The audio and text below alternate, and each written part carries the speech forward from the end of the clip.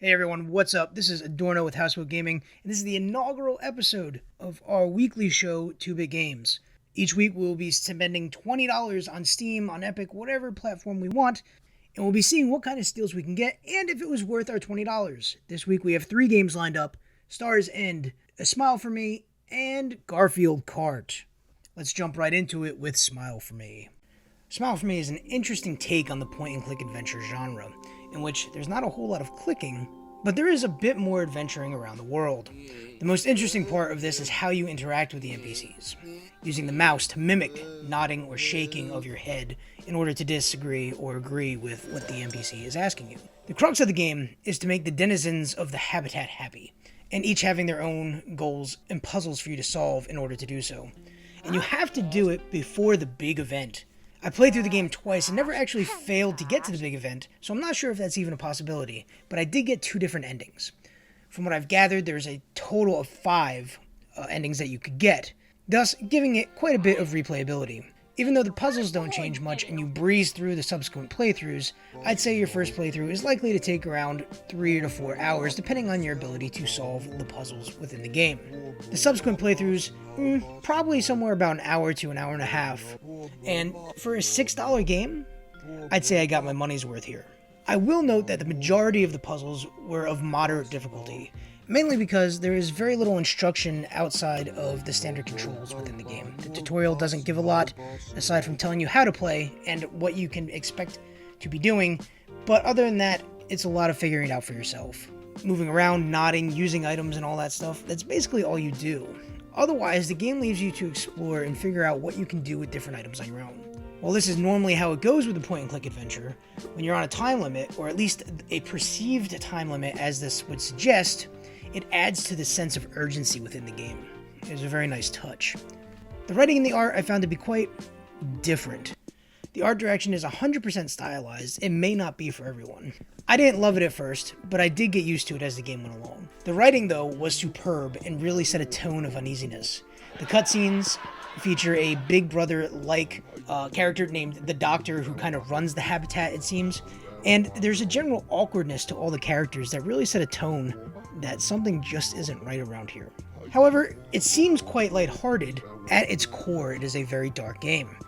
Overall, if you're into point-and-click adventures or general puzzle solving, Smile for Me is a steal, even at the non-sale price of $12. For those of you like to dabble, but it may not be in your normal genre, but you want to check out an indie title, finding it on sale is the way to go. I picked it up for $6.50, and I feel that I got my money's worth, even if I don't intend on playing the game for the other endings. Star's End is big. That's the best way I can describe it from the get-go. Before we get too far into it, though, I do want to make it very clear that this game is in very early access. The development team suggests it is at least 2 years out, but I would suspect perhaps even longer. That being said, the assets are rough. Some are even reused from other games since they're basic Unity store assets. And what you see now when you're playing is not at all what you'll see in the long run. In fact, they're actively trying to change out some of these assets. They have big plans for this game, as it is a space survival.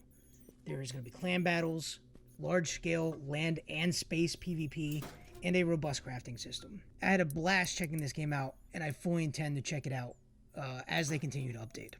So, getting into it, the scale of the game, in terms of the world itself, can be felt almost immediately when you hit the tutorial. As you move through the first space station you're on, you can tell it's going to be a lot. You're on tracks for a hot minute, but eventually you get to fly your own shuttle, and that's when I realized how big this game could potentially be. While the flying is a bit wonky at first, as I would expect, it's early access, give them some slack. The time it took to move from one planet to another was a lot, to say the least. But it wasn't enough where I was like, man, this is taking a long time. It was just enough for me to be like, wow, this world is huge. However, while you are flying to the space station to another planet, it definitely gives you the feeling that you can fly wherever you want. There's other planets around, there's asteroids, all kinds of stuff going on around you, and it just felt very immersive, even with the lower texture and quality graphics. It was just a very cool feeling, and perhaps what No Man's Sky was originally trying to pull off, way back when. The game itself features survival crafting that, if you've played 7 Days to Die, Ark, Conan, Rust, any of those, you'll be familiar with. You hit the open world, loot everything, construct your tools, and get to surviving.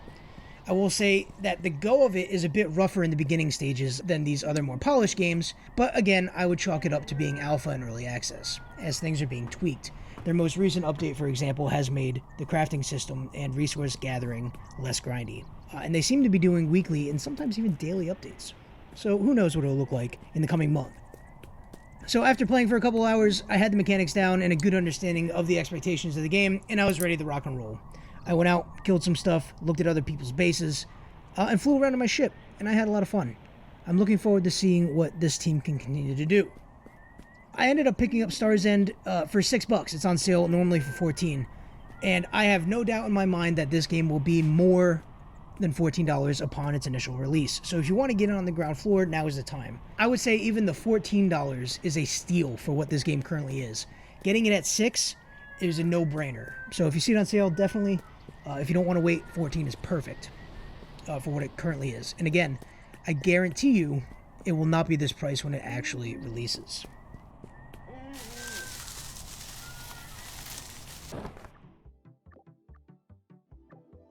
Not gonna lie, I bought Mario Kart. See, I can't even get it right. That's how similar it is.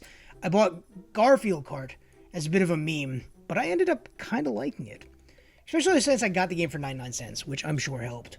There isn't much to say about it. It's effectively, as by my flub earlier that I decided to leave in this, it's a Mario Kart clone. It follows the same formulas, has very similar abilities, and a trove of tracks to choose from, card upgrades, and power-ups.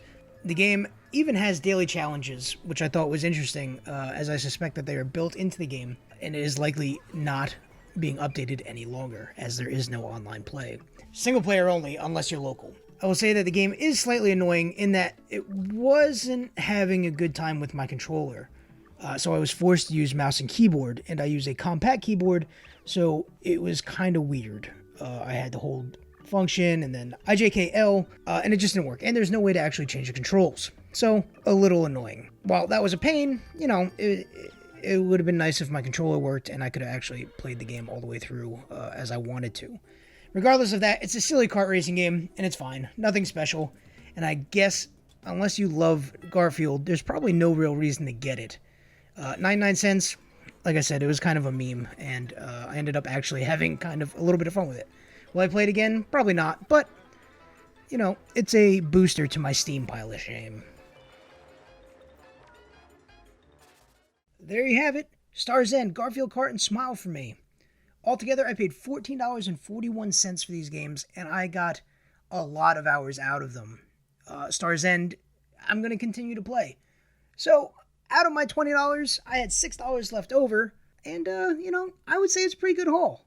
2 of which maybe are going to be just in my Steam pile of shame, never to be touched again, that being Garfield Kart and Smile for Me, but Star's End, I can definitely see myself continuing to play.